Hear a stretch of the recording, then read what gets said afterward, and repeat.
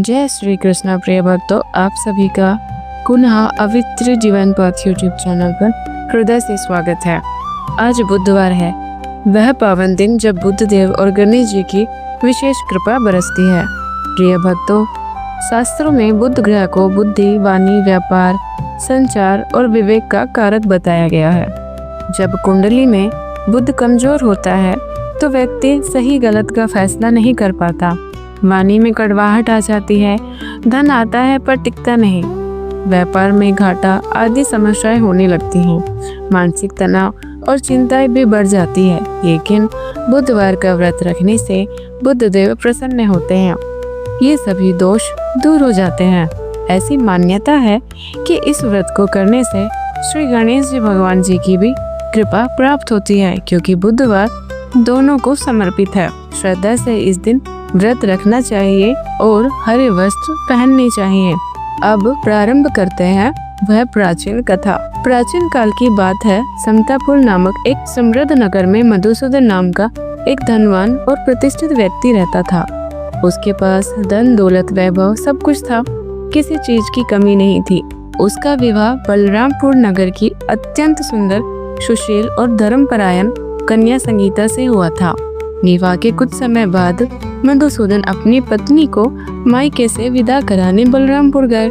वहाँ सास ससुर ने बड़े प्रेम से उनका स्वागत किया। जब विदाई का समय आया तो उन्होंने विनम्रता से कहा कि बेटा, आज बुधवार है। शास्त्रों में बुधवार के दिन यात्रा करना अशुभ माना गया है। बुद्ध देव का प्रकोप हो सकता है। कल गुरुवार है, कृपया कल प्रस्थान करना।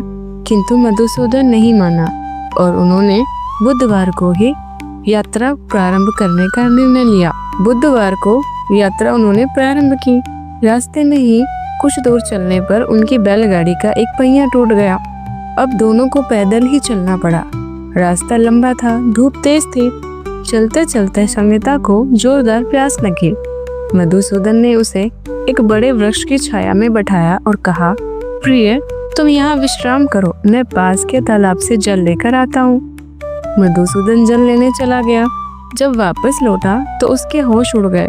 उसने देखा संगीता के पास वैसा ही एक दूसरा व्यक्ति बैठा है। उसकी ये शक्ल सूरत, वही कपड़े, वही आवाज। संगीता भी दोनों को देखकर घबरा गई। वह अंतर नहीं कर पा रही थी कि असली पति कौन है। असली मधुसूदन क्रोधित हो बोला, तुम कौन हो? मेरी पत्नी के पास क्यों बैठे हो? दूसरे व्यक्ति ने शांत भाव से कहा, यह मेरी पत्नी संगीता है, मैं ही मधुसूदन हूँ। मैं इसे ससुराल से विदा करा कर लाया हूँ। तुम कौन हो? दोनों में इस प्रकार झगड़ा बढ़ने लगा। आसपास के लोग इकट्ठे हो गए। शोर सुनकर नगर के सिपाही आए और दोनों को पकड़कर राजा के दरबार ले गए। राजा ने जब पूरी बात सुनी तो संगीता से पूछा कि तुम बताओ, तुम्हारा पति कौन है? किंतु संगीता भी सोच में पड़ गई। उसे भी नहीं पता चल पा रहा था कि उसका पति कौन है। इस प्रकार राजा कोई निर्णय न ले पाने के कारण उन दोनों को कारागार में डाल दिया। कारागार में असली मधुसूदन भयभीत होकर रोने लगा। उसने हाथ जोड़कर प्रार्थना की, हे प्रभु, ये क्या हो रहा है? मैंने ऐसा कौन सा अपराध किया है? तभी आकाश में दिव्य वाणी गूंजी, हे मूर्ख मधुसूदन, तूने बुधवार का अपमान किया है, सास ससुर की बात नहीं मानी। यह सब बुद्ध देव का ही प्रकोप है। यह सुनकर मधुसूदन का अहंकार चूर हो गया। वह फुट फुट कर रोने लगा, हाथ जोड़कर प्रार्थना करने लगा, हे बुद्ध देव, हे गणेश जी, मुझसे बड़ी भूल हुई। मैंने आपके दिन का अपमान किया है, कृपया मुझे क्षमा करें। अब से मैं जीवन भर हर बुधवार व्रत रखूंगा। आप मुझ पर कृपा करें और मेरी भूल क्षमा करें। इस प्रकार मधुसूदन की सच्ची पश्चाताप और श्रद्धा देखकर बुद्ध देव प्रसन्न हो गए। तुरंत ही वहाँ जो नकली मधुसूदन था वह दरबार से अदृश्य हो गया। राजा और सभी दरबारी इस दिव्य चमत्कार को देखकर स्तब्ध रह गए। सभी ने बुद्ध देव की जय जयकार की। राजा ने मधुसूदन और संगीता को सम्मान पूर्वक विदा किया।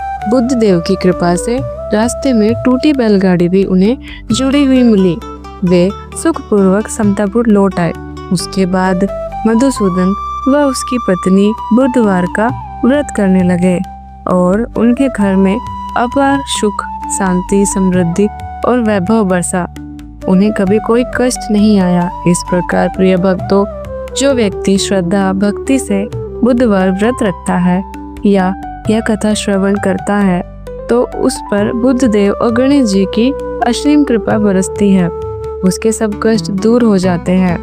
परिवार में सुख शांति हमेशा बनी रहती है।